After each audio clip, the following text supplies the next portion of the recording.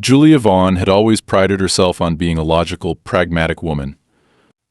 As an architect, she built her career on precision, structure, and careful planning, and she approached her personal life the same way. After losing her husband in a tragic accident 5 years ago, she had meticulously crafted a stable life for herself and her 10-year-old son, Henry. Moving into Maplewood Estates had been part of that plan. The neighborhood was quiet, well-maintained, and advertised as a safe community with good schools and accessible infrastructure, exactly what she needed for Henry, who had cerebral palsy and relied on a wheelchair to get around.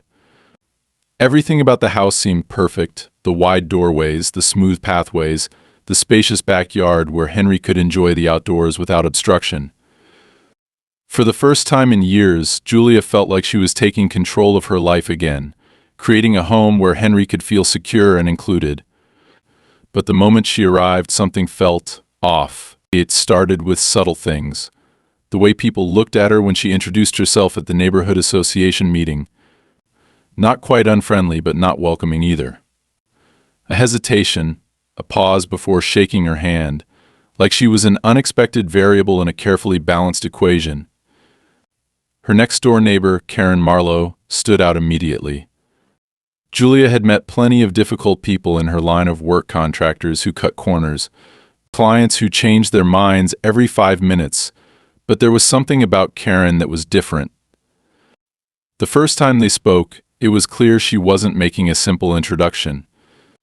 "So, you're the new owner," Karen had said, arms crossed over her chest, standing in Julia's driveway like it was her own. She didn't smile, didn't extend a hand. Julia, holding a box labeled kitchen supplies, forced a polite smile. "That's right. Julia Vaughn. My son and I just moved in." Karen's eyes flicked past her, scanning the moving van, the open front door. "Didn't take long for someone to take the place," she muttered. Julia frowned. "Sorry?" Karen's lips curled into something that might have been a smirk or a grimace. "Nothing, just it's been empty a while. People come, people go. Not many last long." It was an odd thing to say to someone who had just bought a home, but Julia brushed it off as an awkward attempt at conversation. She was too busy unpacking, settling in, making sure Henry's room was set up exactly how he liked it. She didn't have time to dwell on the strange way Karen lingered in her yard that evening, watching from her porch as Julia carried boxes inside. A week passed, and the feeling of unease only grew. It wasn't just Karen. Other neighbors would glance her way, whisper to each other when they thought she wasn't looking. When she took Henry for a walk around the block, pushing his wheelchair over the smooth pavement, a woman watering her flowers turned off the hose and watched them in silence. When Julia smiled and waved, the woman just turned away. At first, she wondered if she was imagining it, if she was just reading too much into things. But then there were the letters. It started with a single envelope left on her doorstep. No return address, no postage stamp, just her name scrawled in jagged handwriting across the front. Inside was a single sheet of paper with 3 words: "You don't belong." Julia had never been the type to scare easily, but something about it made her stomach twist. It wasn't just unfriendly, it was deliberate, calculated. She didn't tell Henry. The last thing she wanted was for him to feel unsafe in their new home. Instead, she tried to reason with herself. Maybe it was just some neighborhood busybody who didn't like newcomers. Maybe they had a history with the previous owner. Maybe it was nothing. But then the second letter came. This time it was in the mailbox, wedged between her utility bill and a grocery store flyer. The message was longer. "People like you ruin places like this. If you had any sense, you'd leave before things get worse." She still tried to downplay it. She had dealt with worse, difficult clients, discriminatory colleagues who doubted her skills because she was a woman in a male-dominated field. She wasn't about to let some passive-aggressive notes intimidate her. Then, the tire tracks appeared. One morning, she walked out to find deep gouges in her front lawn, as if someone had driven over it intentionally. The grass was torn up and thick, ugly scars, leading in a wide circle before stopping abruptly near the driveway. There was no reason for a car to be there. No visitors, no delivery trucks, just deliberate destruction.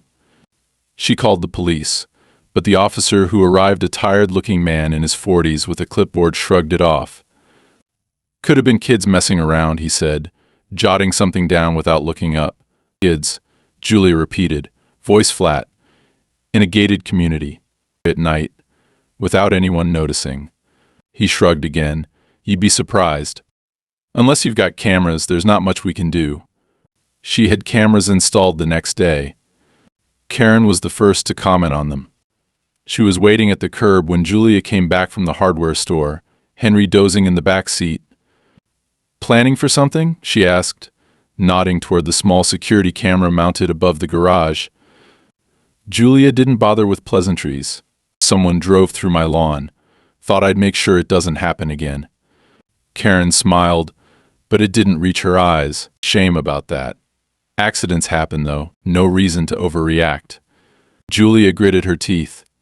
It wasn't an accident. Karen shrugged. Maybe not. But you're new here, Julia. People don't like feeling watched in their own neighborhood. Something to think about.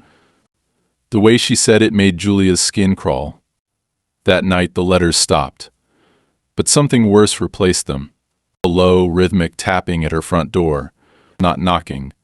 Not someone ringing the bell. Just the slow, deliberate sound of fingernails against wood. When she yanked the door open, no one was there. She didn't sleep that night. The next morning she found something carved into the wooden railing of her porch. The words were jagged, uneven, like they'd been scratched in a hurry. Get out. She stared at it for a long time, heart pounding. And then she heard the laughter. Slow, drawn out, coming from Karen's porch. Karen, sitting in a rocking chair, sipping her coffee like nothing was wrong. Julia clenched her fists. She wasn't leaving. She had worked too hard, fought too long to build a life for Henry. But as she looked at Karen's expression calm, knowing she realized something. This wasn't just hostility, it was a warning. Julia had dealt with difficult neighbors before, but nothing like this. Karen's presence had shifted from unsettling to suffocating. Every time Julia stepped outside, she felt Karen's eyes on her. Not openly staring, not in a way that could be called out, but always there watching from her porch, lingering at the curb when Julia left for work, appearing near the mailbox just as Julia reached for her mail. The notes had stopped, but the silence that replaced them was worse. Then came the day when Julia found her garbage bins overturned, the contents scattered across her driveway. At first she assumed it was just a careless mistake, maybe a raccoon or a gust of wind, but when she went to set them back up, she noticed something else. The lids were missing, both of them. They weren't just knocked off, they were gone. Julia searched around her yard, then checked the street. Nothing. It was ridiculous who would steal trash can lids.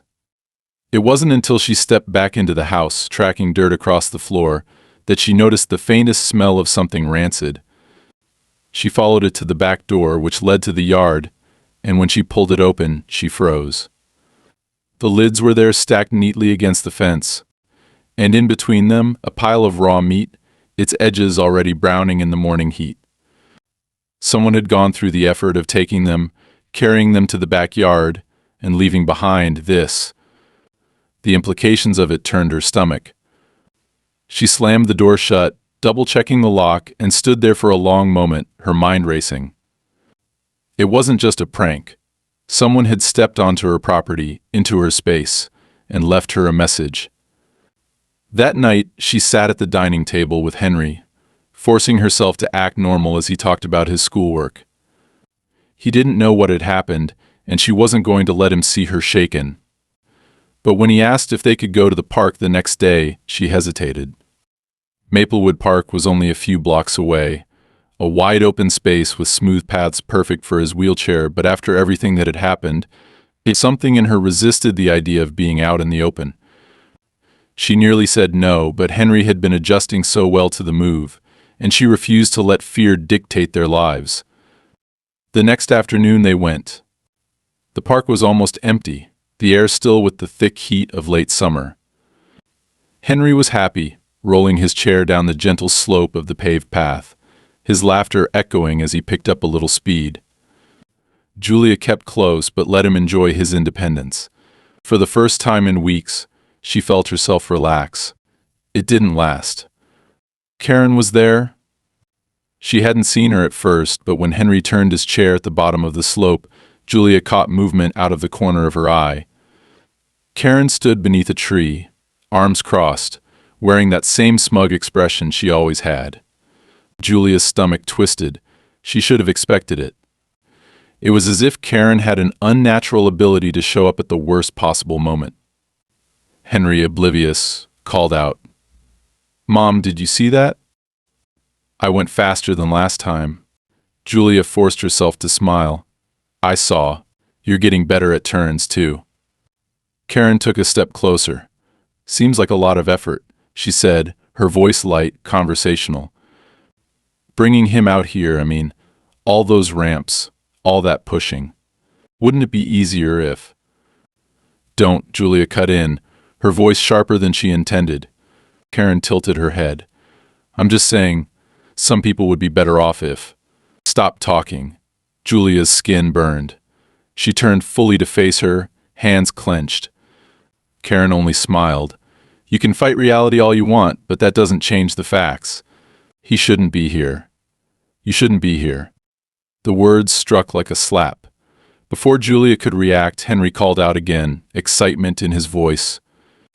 I want to try the other hill. He was already moving, eager, and she had no time to dwell on Karen's venom. She turned away, moving quickly to keep up, pushing down the rage boiling inside her. The second hill was steeper. Julia stayed beside Henry as he rolled forward, keeping pace with him. He was careful, controlled. They had practiced this so many times before, but still, she kept a watchful eye. She didn't see Karen move, didn't realize she was behind them until it was too late. It happened in a blur. A forceful shove. Henry's startled gasp, the world tilting. His wheelchair tipping forward, too fast. Julia lunged, her fingers brushing the handle, but she wasn't fast enough. He went over the edge. Time slowed. Henry's body jerked as the chair hit the uneven ground, the impact sending him sprawling out of the seat. The sound of metal scraping against concrete, a sharp yelp of pain, the dull thud of his small frame hitting the ground.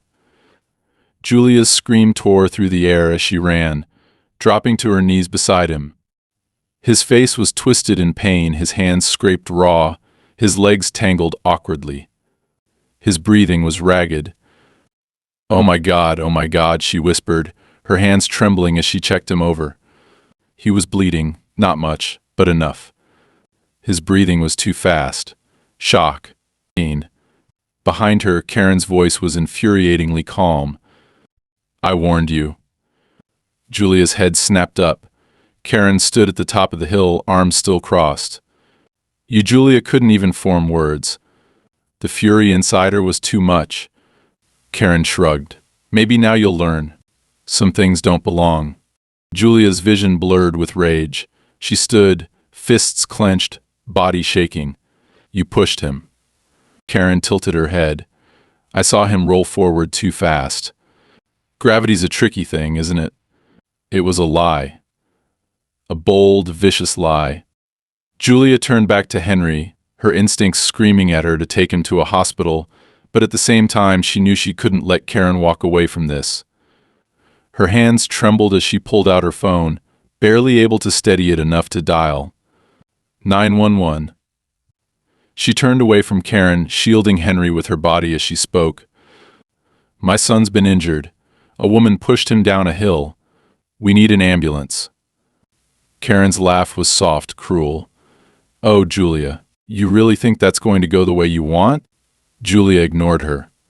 She pressed a hand to Henry's chest, trying to steady his breaths, whispering soft reassurances. It's okay, baby. Help's coming. But in the back of her mind, she knew this wasn't over.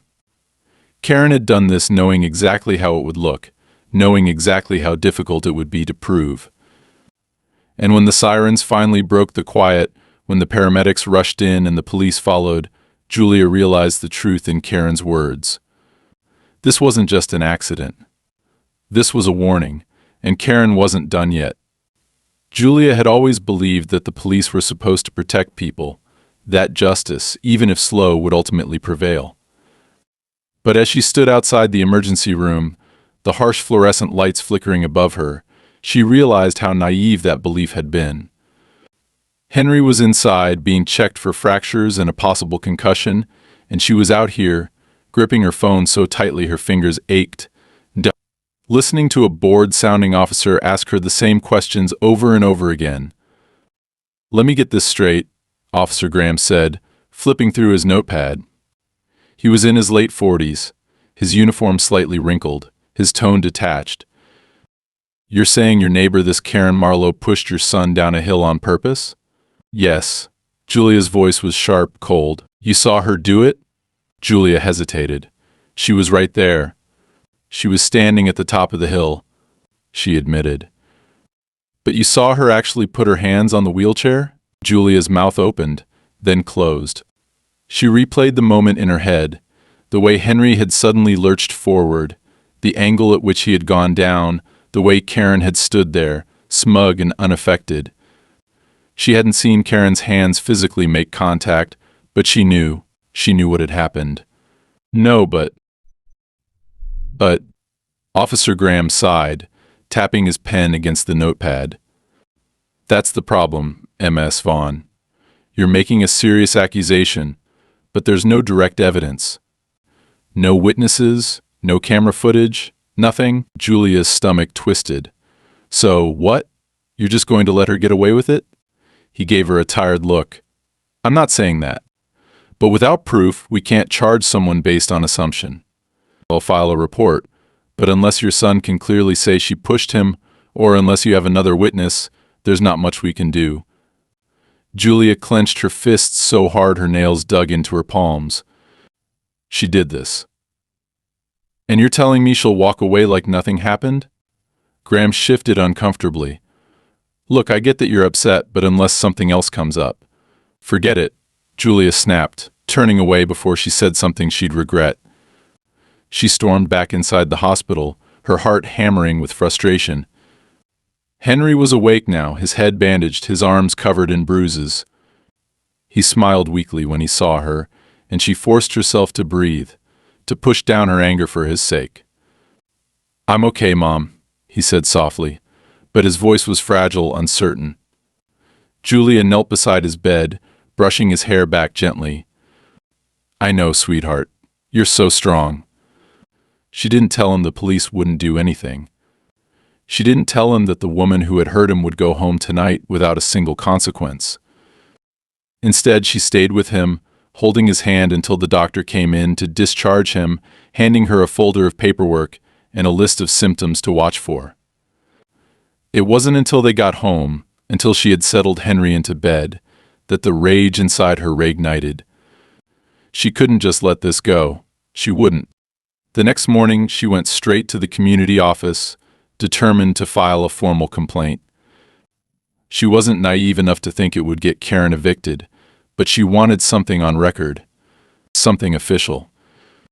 The receptionist, a woman in her 50s with iron gray hair and a pinched expression, barely looked up when Julia approached. "I need to file a complaint against a resident," Julia said, keeping her voice steady. The woman sighed, setting down her pen. "Which resident?" "Karen Marlowe," that got her attention. The receptionist's mouth pressed into a thin line. "What about her?" "She pushed my son. He was injured. I want a record of it." The woman didn't reach for any forms. Instead, she folded her hands on the desk. "Are you sure you want to do that?" Julia's skin prickled. "Excuse me, Miss Vaughn, Karen has lived here for over 20 years. She's well known in the community. People respect her." Julia stared at her in disbelief. "She assaulted a child." "There's no proof of that." Julia's hands shook with suppressed fury. "So that's it? You're just going to protect her? The receptionist shrugged. I'm saying that causing trouble for the wrong people doesn't always go the way you think it will. Julia took a slow breath. I want the complaint filed, whether you think it matters or not. The woman held her gaze for a long moment before sighing dramatically and pulling out a form. Fill this out, but don't expect much. Julia grabbed the form and filled it out right there, her handwriting tight and furious. When she handed it back, the receptionist took it without a word and placed it in a drawer. Julia had the sinking suspicion it would never be looked at again. When she stepped outside, Karen was waiting. She leaned casually against the side of her car, arms crossed, that same smug expression on her face. You really don't know when to quit, do you? Julia refused to react. You hurt my son, Karen smirked. Prove it. I will. Karen laughed, pushing off the car. You keep telling yourself that. Sweetheart. She turned and walked away, and Julia was left standing there, shaking with rage. That night, the noises started. Soft at first. A scratching sound near the windows. A faint tapping on the front door. Julia checked the cameras, but nothing was there. She tried to tell herself it was just her imagination. Then, at exactly 3:12 a.m., the security alarm blared. She bolted upright, heart pounding, and ran to check the system. The back door sensor had been tripped. Her hands shook as she grabbed the baseball bat from under her bed and crept down the hall. The alarm was deafening, the red lights flashing. She reached the back door, but it was still locked. Something scraped against the glass. She turned just in time to see a dark shape retreating into the night.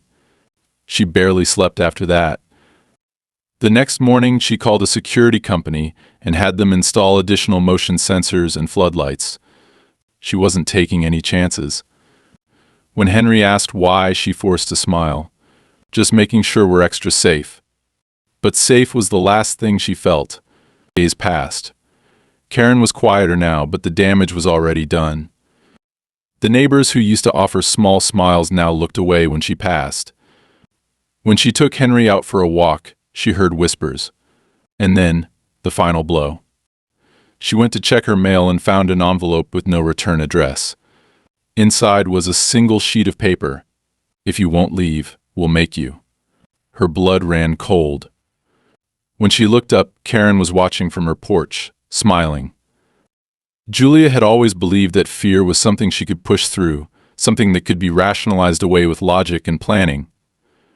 She had never been the type to panic, never allowed herself to crumble under pressure. But standing in her kitchen, staring at the note in her hands with its precise, almost clinical lettering, she felt something tighten around her throat. The message was clear. This wasn't just intimidation anymore. This was a direct threat. Someone wanted her gone, and they weren't going to stop until she either left or broke. She forced herself to breathe, inhaling through her nose, exhaling slowly through her mouth, trying to regain control. The house was quiet, save for the faint sound of Henry's tablet playing a video in the living room. She didn't want him to see her like this, didn't want him to sense the fear creeping into her bones. If she gave in to it, then they had already won. She had to act. She grabbed her phone and dialed the police, her fingers trembling slightly as she pressed the call button. The dispatcher answered in the same neutral tone as before, and Julia quickly explained the situation: the break-in alarm, the shadows outside her house, the escalating harassment. She emphasized the note, the fact that it was no longer just veiled hostility but a direct promise of harm. The officer who arrived this time was different, younger, with sharp eyes that took in the scene without immediate dismissal. Officer Patel listened carefully as Julia described everything, nodding occasionally, his expression unreadable. He studied the note, flipping it over in his gloved hands before bagging it as evidence. "I'm going to be honest with you, Ms. Vaughn," he said after a long pause.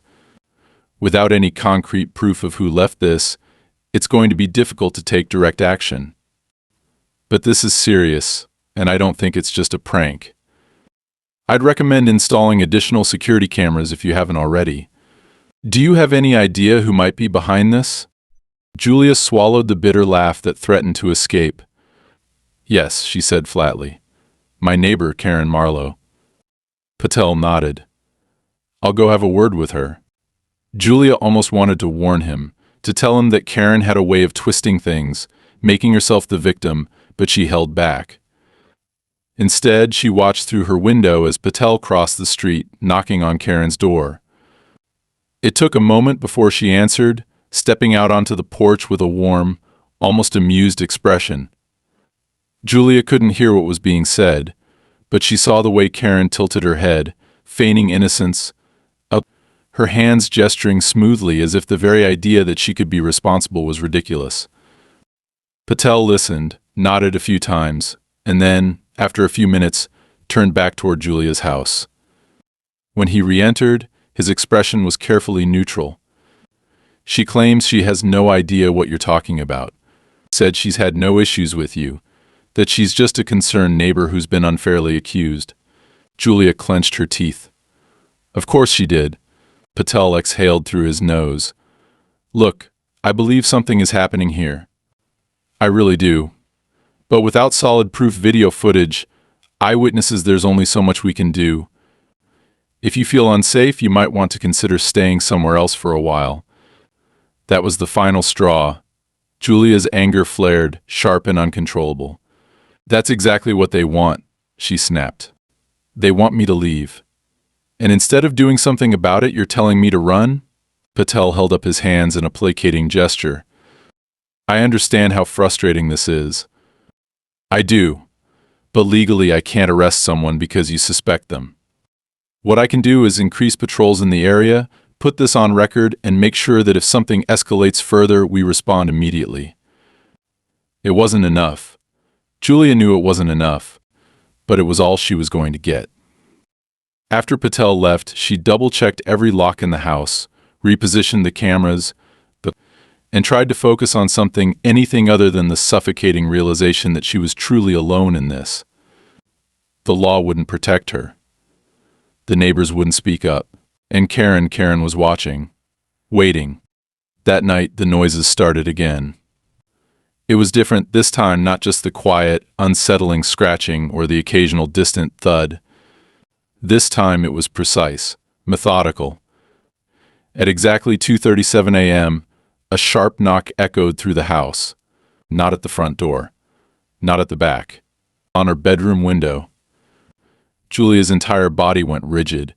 She was frozen for several agonizing seconds, barely breathing. The knock came again. 3 distinct, deliberate taps against the glass. She forced herself to move, reaching for her phone with one hand and the baseball bat she now kept beside the bed with the other. Her fingers trembled as she pulled up the security feed on her phone. The camera overlooking the backyard flickered to life, showing nothing but darkness and the faint glow of the streetlights beyond the fence. The one facing the front door showed an empty porch. And then she switched to the side camera. The breath left her lungs in a sharp, involuntary gasp. A figure stood just beyond the reach of the light, partially obscured by the corner of the house. Not Karen. This person was taller, broader, their features hidden in the shadows.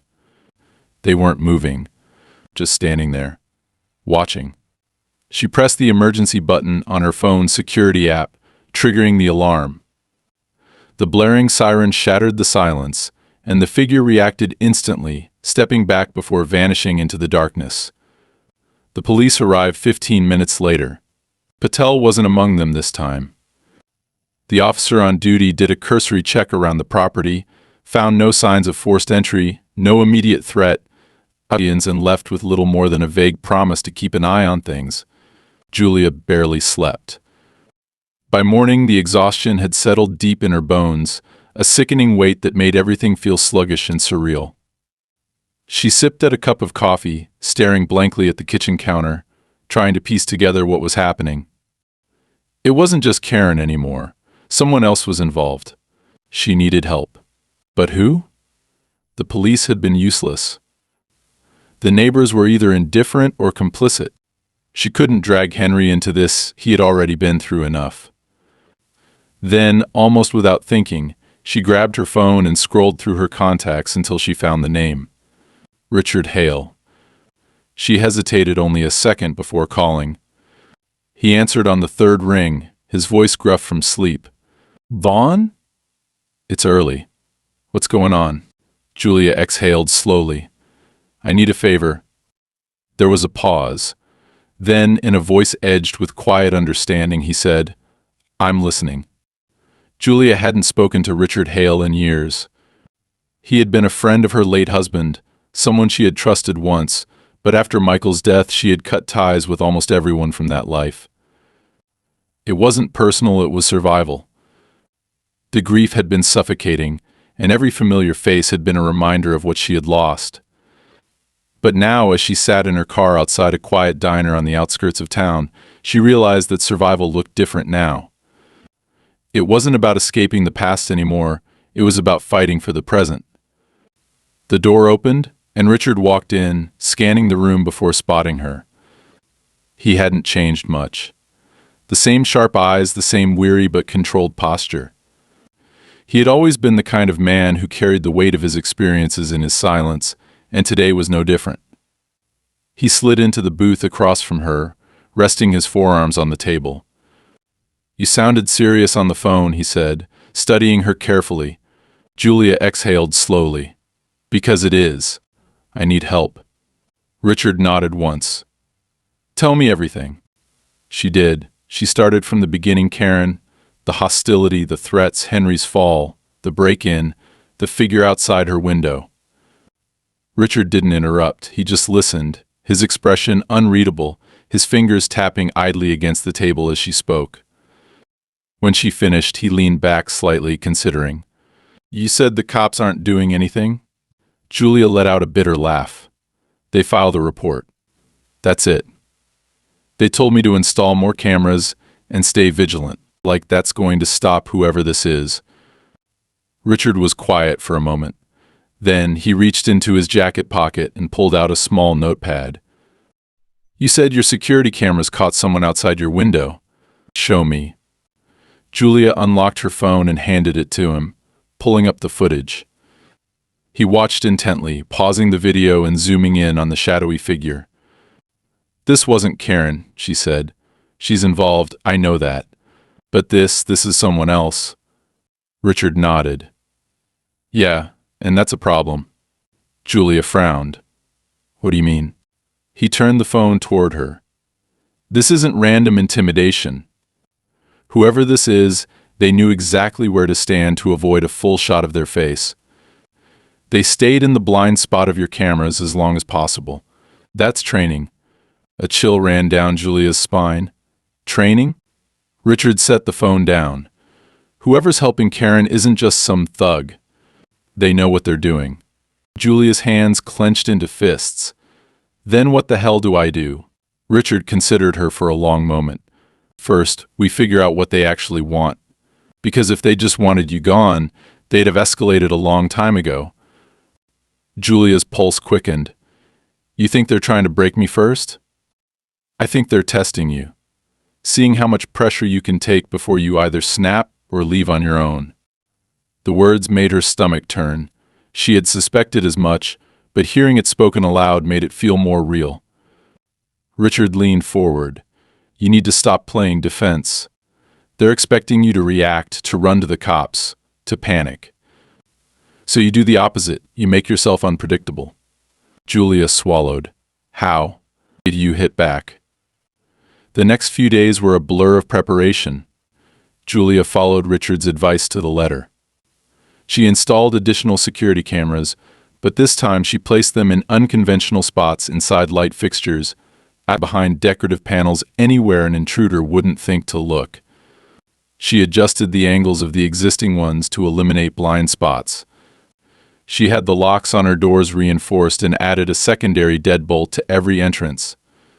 Richard, meanwhile, dug into Karen's past. What he found only confirmed what Julia had suspected. Karen had a history. She's been involved in property disputes before, he told Julia over the phone. Always in places like yours, quiet communities, people who don't want trouble. And every time it ends the same way. The original owners leave, and Karen either takes over or someone connected to her moves in. Julia's grip tightened on her phone. So it's a pattern?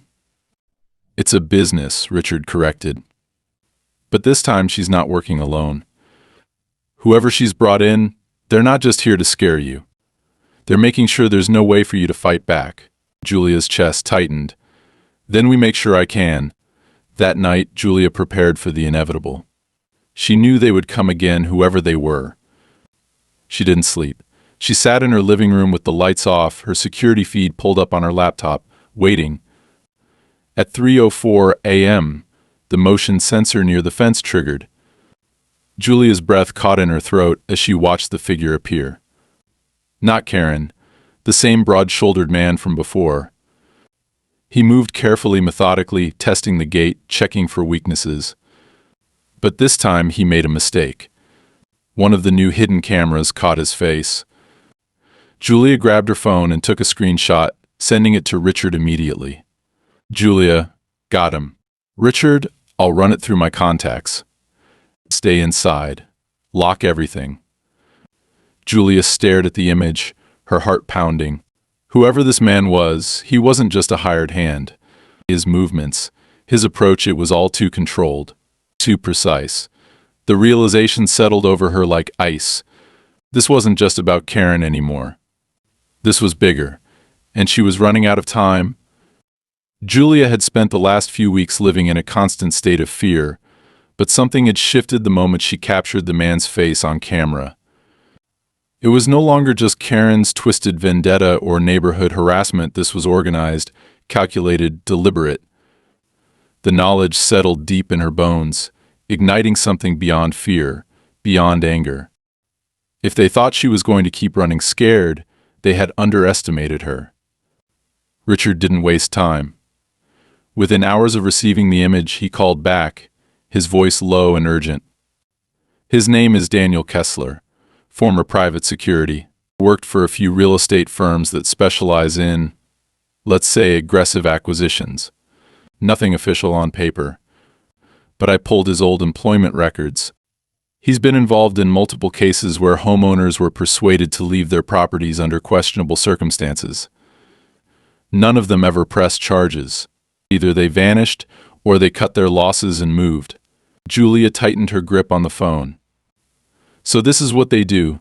They push people out, make their lives hell, make them feel unsafe until they have no choice but to leave. Exactly, Richard said. And I'd bet everything that Karen's just the local face of it. She picks the targets, stirs the pot, but Kessler and whoever backs him, they're the ones pulling the strings. Julia exhaled slowly, trying to steady her thoughts. Then why haven't they just forced me out already? Why keep escalating?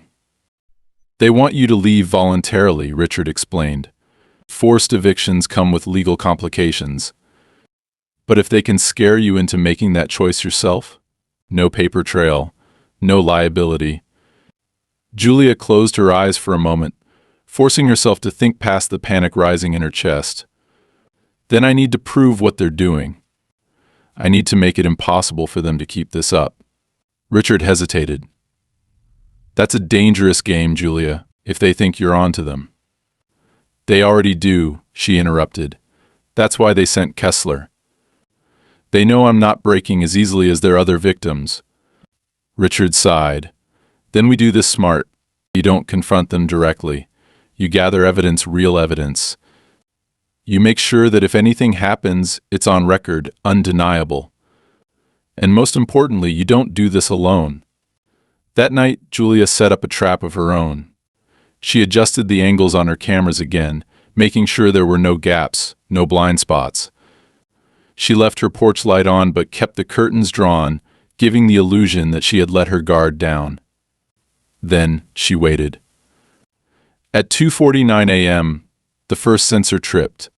Julia's pulse quickened as she watched the feed. Kessler was back. This time he wasn't just lurking. He was testing the doors, moving along the side of the house, looking for weaknesses. Julia's stomach turned as she watched him crouch near the back entrance, taking something out of his pocket, a small tool, something meant to bypass locks. She didn't hesitate. She hit the panic button on her security app, triggering the alarm. The siren blared through the house, lights flooding the yard as the motion-activated floodlights snapped on. Kessler jerked back, startled, and for the first time Julia saw something that almost looked like frustration cross his face. He hadn't expected resistance. He hadn't expected her to fight back. Julia grabbed her phone, dialing 911 as she moved toward the front door. But before she could even press call, she heard a voice, muffled but unmistakable. Karen. Even over the sound of the alarm, Julia could hear her shouting from her porch. I told you to stop this, Julia. You're bringing this on yourself. Julia's grip tightened around her phone. She stepped outside, her heart hammering. Karen stood across the street, wrapped in a robe, arms crossed, her expression a mix of anger and something else, something close to desperation. You need to leave, Karen said, her voice low but sharp. You don't understand what you're doing. Julia took a step forward. You pushed my son down a hill, she said, her voice shaking but steady. You've spent weeks trying to drive me out of my own home. And now you're telling me I'm the one who needs to stop? Karen's jaw tightened. You should have left when you had the chance. Julia clenched her fists. Who are you protecting? For the first time, Karen faltered. Her eyes flicked toward the shadows where Kessler had disappeared, her shoulders tense. Julia pressed forward. You think they're on your side? That they won't turn on you the second you stop being useful? Karen exhaled sharply, shaking her head. You don't get it. Then explain it to me. Karen's mouth opened, but before she could speak, a pair of headlights swept across the street. A dark SUV rolled up slowly, the engine rumbling low and steady. Julia's stomach dropped. The windows were tinted, the plates covered in mud. Everything about it screamed a warning. Karen went rigid. Without another word, she turned and hurried back inside, slamming her door shut. The SUV idled for a moment before pulling away, disappearing into the night. Julia stood there, her body cold despite the warm night air. This was bigger than she had thought. And Karen was afraid. Julia didn't sleep that night.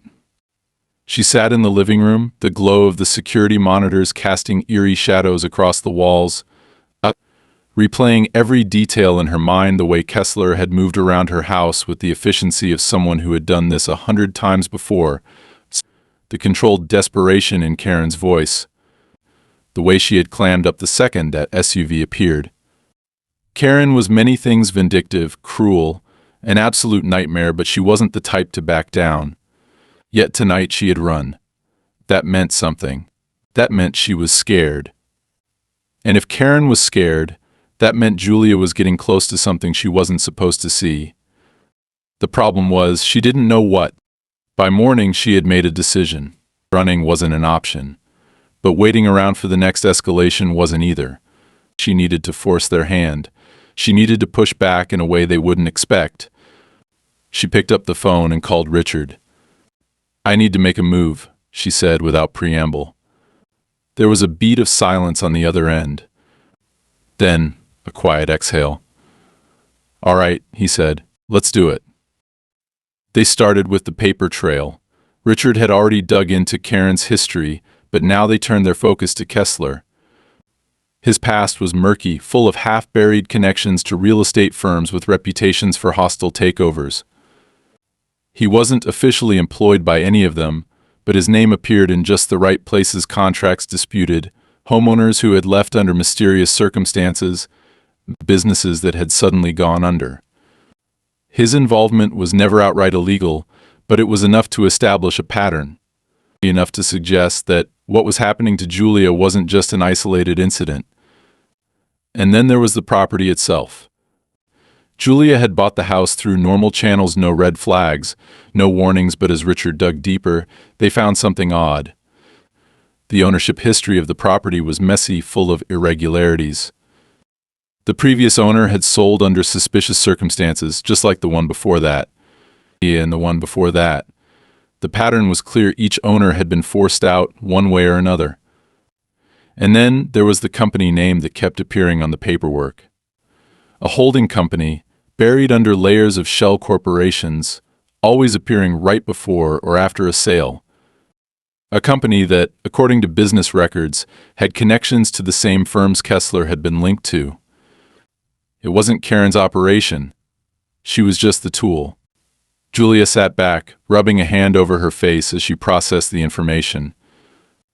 "This is bigger than I thought," she murmured. Richard's voice was grim. "Yeah, and these people don't like loose ends." A chill ran through her. "So what do?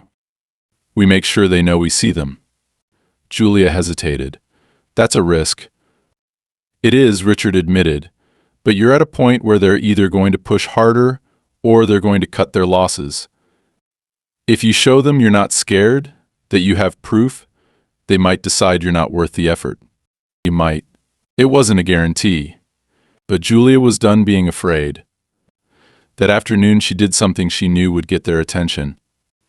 She made copies of every document they had found: ownership records, Kessler's connections, the holding company's involvement, and she sent them to the local news, a few real estate watchdog groups, and most importantly, the police. She didn't expect the authorities to suddenly start caring, but she wanted it on record.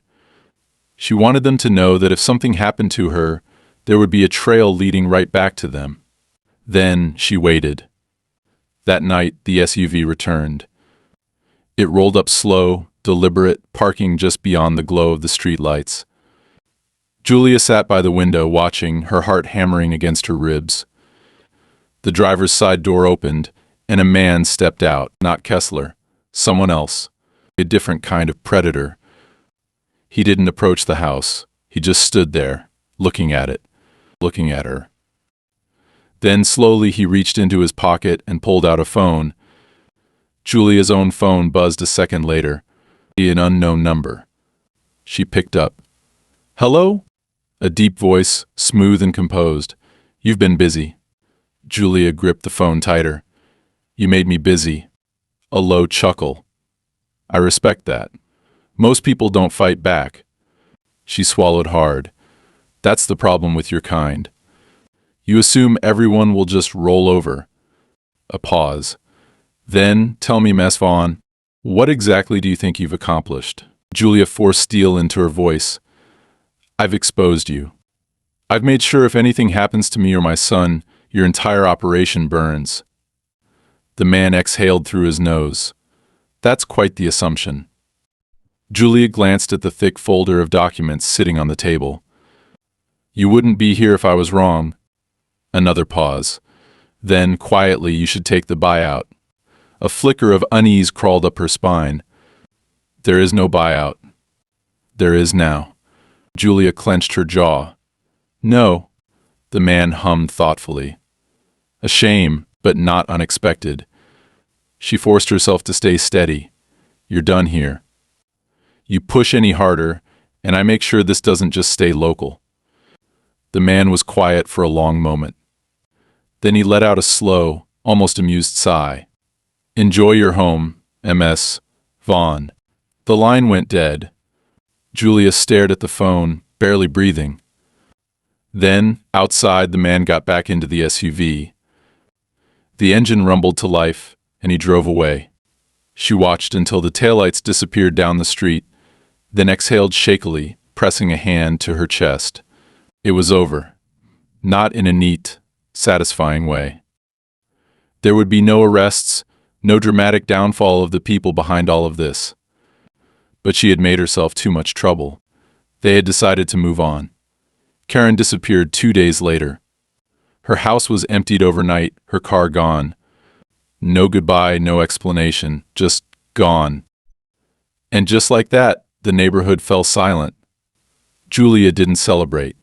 There was no victory in surviving something that never should have happened in the first place.